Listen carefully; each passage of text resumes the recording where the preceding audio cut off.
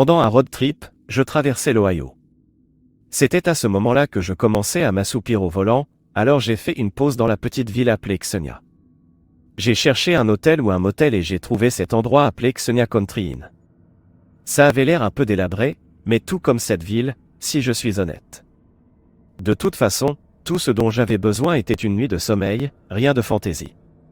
J'ai donc garé ma voiture sur le parking et je suis allé au petit bureau à l'avant, qui était dans l'angle avant de l'un des deux bâtiments du motel. Il y avait un vieil homme assis là en train de lire le journal. Il faisait chaud là-dedans, et il y avait un fort bourdonnement provenant de cette hélice de table.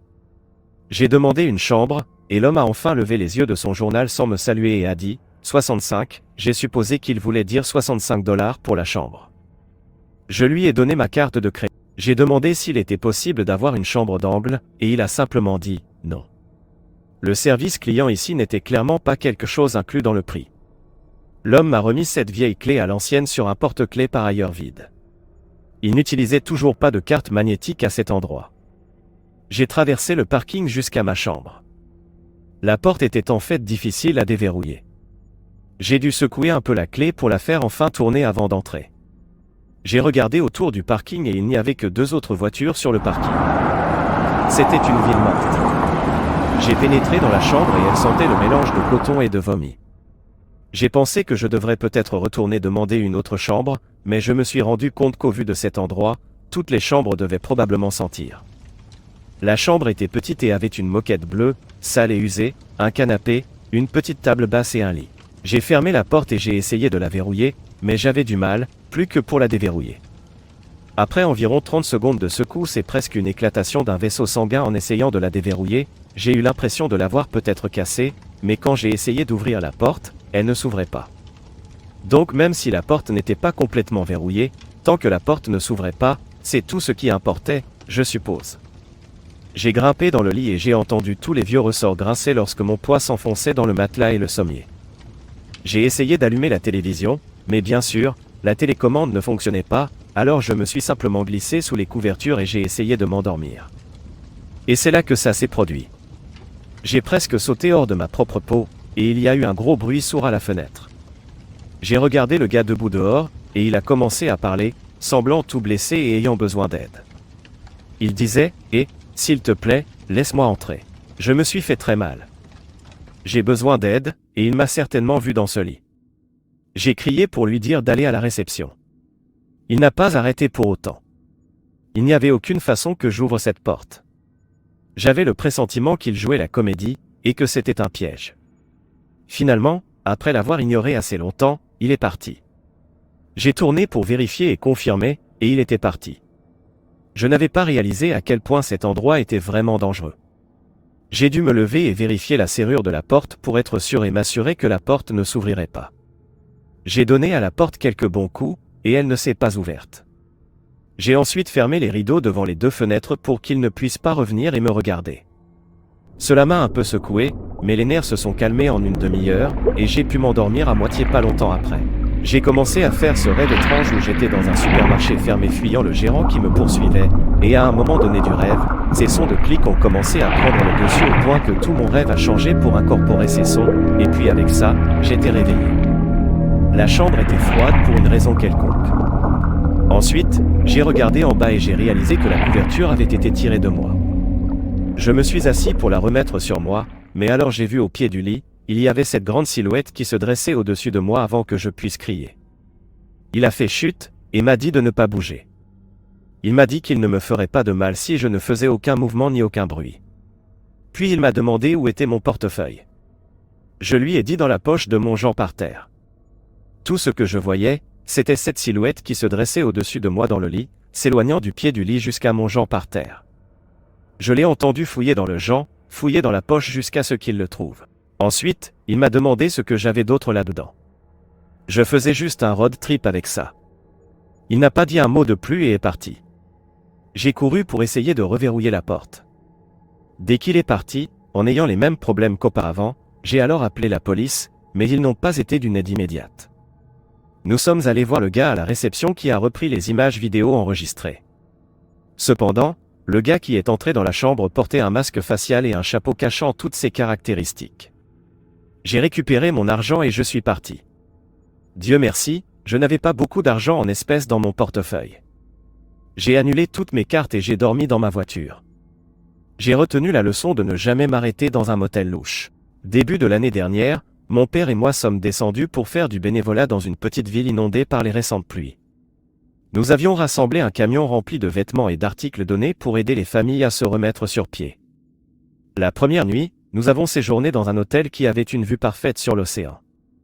Cette nuit-là, mon père et moi sommes restés éveillés à regarder le projet Blair Witch sur mon ordinateur portable en utilisant le Wi-Fi gratuit de l'hôtel. Disons simplement que je n'ai pas beaucoup dormi. La nuit suivante, ma mère nous avait réservé une chambre dans un motel, vu que nous ne nous attendions pas à rester une deuxième nuit. Il était à 100 mètres d'un parc de caravanes, et la propriété surplombait un grand lac. La région était cachée du public et entourée d'arbres. Ma mère prétendait que partout ailleurs était complet, nous n'avions donc pas d'autres options. Nous avons rencontré les deux gérants qui dirigeaient et vivaient au motel. Il y avait une vieille dame qui était gentille et nous a informés de tout ce que nous devions savoir, y compris le fait que le lac n'avait pas été plein depuis 20 ans. Son mari, cependant, ressemblait à s'y méprendre à un personnage de film de tueur en série. Lui étant le tueur en série, il ne nous a jamais adressé la parole. Il n'a jamais souri.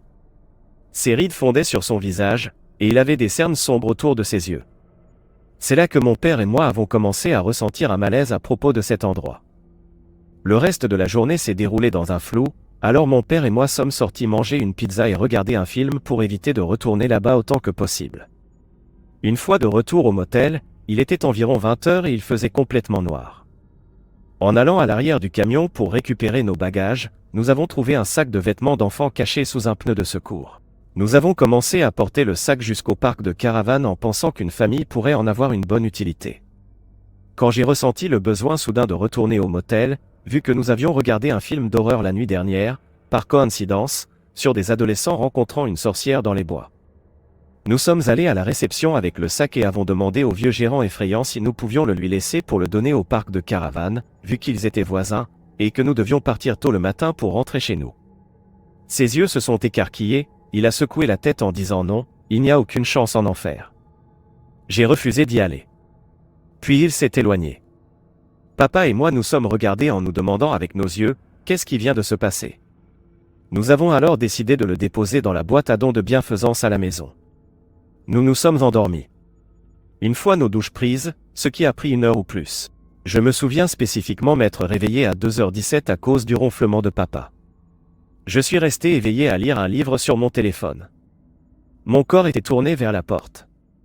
Je me souviens également d'avoir entendu des voitures accélérer et ralentir dans l'allée cette nuit-là. J'ai laissé l'idée glisser en pensant que c'était juste des gars qui s'amusaient. Cette hypothèse a disparu plus tard après avoir remarqué une lumière bleue brillante apparaître à travers les fissures en haut et en bas de la porte, et des chuchotements silencieux venant de l'autre côté que je ne pouvais pas déchiffrer. J'étais trop effrayé pour bouger. J'étais figé à ma place. Mon cœur battait dans ma gorge et mes mains tremblaient, et je veux dire littéralement tremblaient. J'ai entendu la poignée de porte commencer à vibrer, et c'est là que j'ai su que cela ne finirait pas bien. La lumière a ensuite disparu, suivie d'un silence complet. J'étais toujours figé à cet endroit pendant encore 3 minutes, qui semblaient être des heures.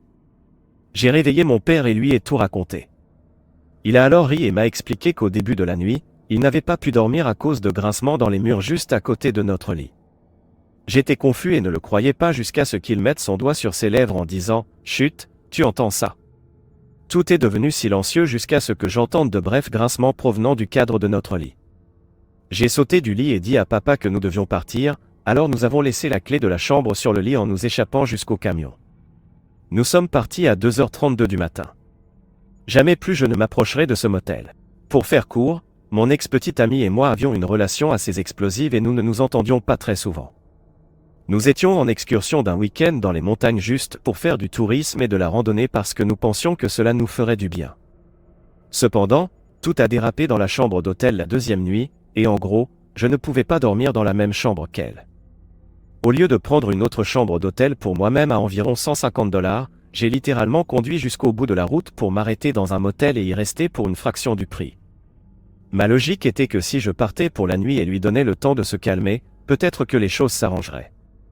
Au matin, j'ai eu une chambre pour, je ne mens pas, $50 pour la nuit. En marchant vers ma chambre, la porte de la chambre d'Accent Grave Côté était grande ouverte. En passant, j'ai regardé à l'intérieur et elle était éclairée par la lueur bleue de l'écran de télévision, bien que de l'angle où j'étais, je ne pouvais pas voir ce qui était à l'écran. Je n'ai vu personne à l'intérieur, mais encore une fois, je ne me suis pas arrêté pour regarder comme un bizarre. J'ai continué jusqu'à ma chambre. C'était une chambre de motel modeste et normale pour le prix.